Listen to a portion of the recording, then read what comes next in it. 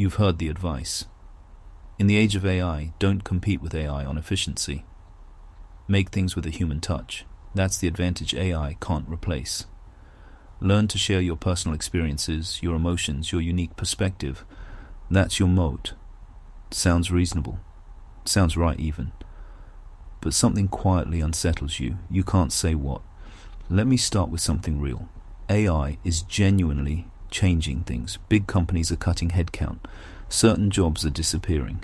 Finding work is getting harder. That pressure is real. Not an overreaction, not imagined.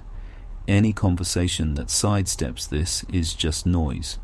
But precisely because the pressure is real, what comes next is worth pausing for. The human touch logic does something quietly strange. It starts from an assumption.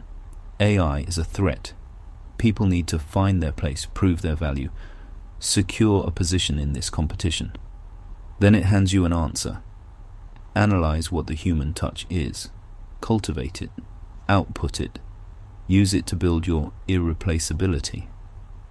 Sounds reasonable, but think it through. Is the human touch something that needs to be analyzed and then acquired? When someone is genuinely curious about something, genuinely stuck on a problem, genuinely sad, genuinely excited, isn't that something people already have? Does it need to be learned, cultivated, optimized before it can be expressed? When you sit down and seriously analyze, how do I add more human touch to my content? That analysis itself is already a completely mechanical way of thinking. You're using an efficiency logic, a competition logic, an optimization logic, to handle something that is, by its nature, opposed to all of those.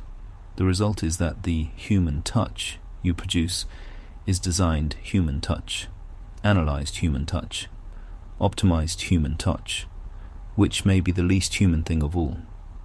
There's a deeper problem.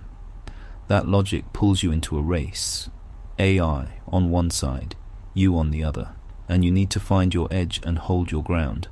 But who set the rules of this race? Not AI. The rules were set by the logic of efficiency above all else. Everything measurable, replicable, scalable. And the people now teaching you to preserve your human touch are using exactly that same logic, turning human touch into an analyzable skill, an acquirable advantage, an outputable product. You're working frantically to find your place inside this logic.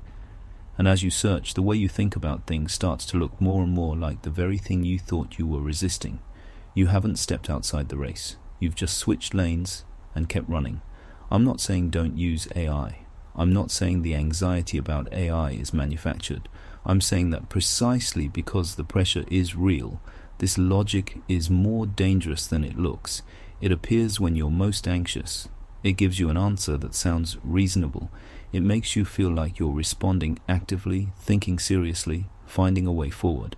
But it quietly does one thing. It gets you to redefine yourself using AI's logic. The human touch isn't something that needs to be recovered. It's already there.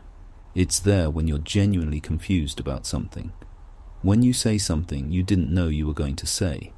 When you make a decision you can't fully explain, but know is right. Those moments don't need to be analyzed, optimized, or packaged into a competitive advantage.